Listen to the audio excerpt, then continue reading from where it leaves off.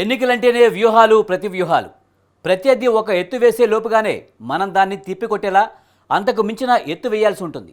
అలా చూస్తే ప్రధాని మోడీ, అమిత్ షా ద్వయం అమలు చేసే ఎన్నికల ప్రణాళికలను, వ్యూహాలను అర్థం చేసుకోవడం ఇప్పుడు ప్రత్యర్థులకు శక్తికి మించిన పనిలా మారుతుందా అంటే అవునన్న వాదన వినిపిస్తుంది.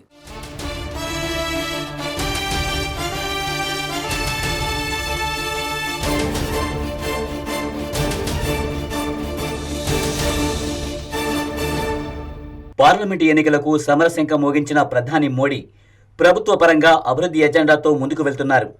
అదే సమయంలో పార్టీ తరపున ప్రత్యర్థులు ఊహించిన ఎత్తులు వేస్తూ వారిని చిత్తు చేస్తున్నారు.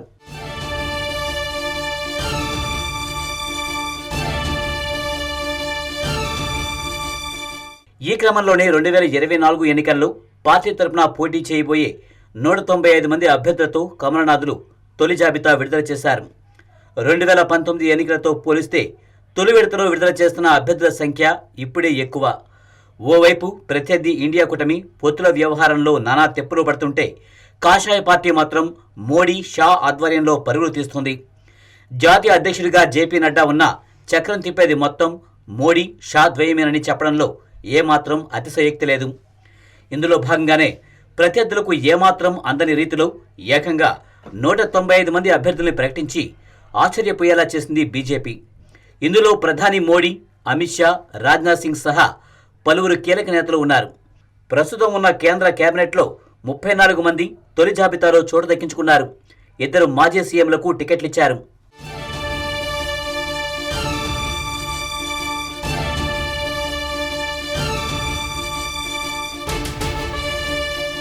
నిజానికి 2024 ఎన్నికలకు ముందు బీజేపీపై ఆర్ఎస్ఎస్ ప్రభావం ఎక్కువగా ఉండేది. ఏదైనా ఒక కీలక నిర్ణయం పార్టీ పరంగా తీసుకోవాలంటే నాటి బీజేపీ అధ్యక్షులు ఖచ్చితంగా సంఘ నేతలతో చర్చించవలసిన పరిస్థితులు, ఇంకా చెప్పాలంటే వారి నుంచి అనుమతి తీసుకోవాల్సిన పరిస్థితులు కనిపించేవి. కానీ మోడీ హవా మొదలైన తర్వాత మెల్లగా పార్టీపై సంఘ ప్రభావం తగ్గడం మొదలైంది. 2014లో ఓ మోస్తారుగా కనిపించినా ఆ తర్వాత 2019లో మాత్రం మోడీ హవా పూర్తిగా నడిచింది.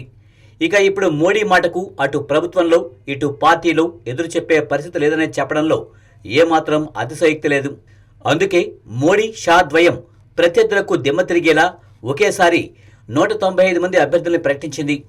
అందులోనూ 28 మంది మహిళలు, 57 మంది ఓబీసీలు, 27 మంది ఎస్సీలు, 18 మంది ఎస్టీలకు స్థానం కల్పించారు. 47 స్థానాల్లో 57 లోపు వారు మాత్రమే పోటీ చేస్తున్నారు. మొత్తంగా చెప్పాలంటే సామాజిక సమీకరణలకు పెద్దపీట వేస్తూనే యువతకు ప్రాధాన్యం కల్పించారు మోడీ, షాలు.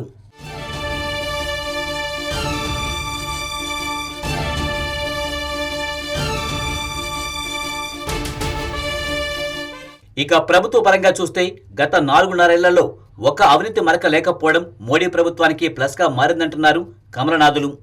వివిధ వర్గాల్లో మోడీ పాలన పట్ల, విధానాల విషయంలో సానుకూల దృక్పథం నెలకొందని అంటున్నారు. అందుకు తగ్గట్లుగానే దేశంలో ఎక్కడ చూసినా బీజేపీకి సానుకూల పరిస్థితులు కనిపిస్తున్నాయన్న వాదన స్వయంగా ప్రధాని సైతం పార్లమెంటు వేదికగా ప్రస్తావించారు. అంతేకాదు మరో అడుగు ముందుకు వేసిన ఆయన కాషాయ పార్టీ ఒంటరిగానే 370 సీట్లు గెలుస్తుందని ధీమా వ్యక్తం చేశారు. ఇక ఎన్డీఏ కూటమికి 400 సీట్లు గ్యారంటీ అని పార్లమెంటు వేదికగా ప్రకటించి సంచలనం సృష్టించారు. हम सब ने 370 खत्म होते हुए देखा.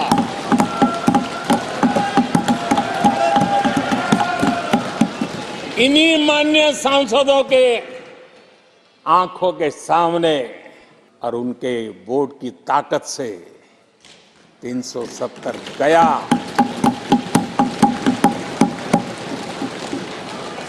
नारी शक्ति वंदन अधिनियम ये दूसरे कार्यकाल में कानून बना.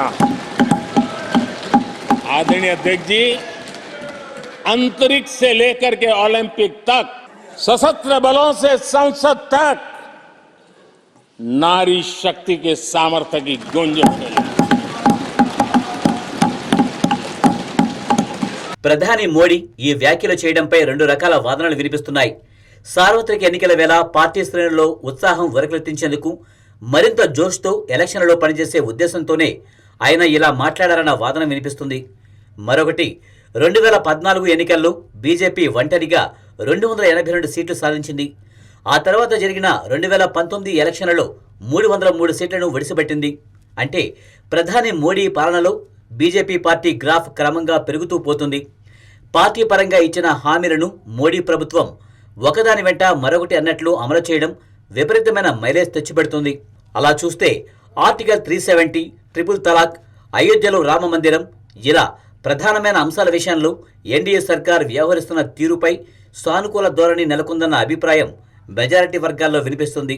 దీంతో మళ్లీ హ్యాట్రిక్ పక్కా అని ప్రధాని సైతం వ్యాఖ్యానించారన్న వాదన వినిపిస్తుంది.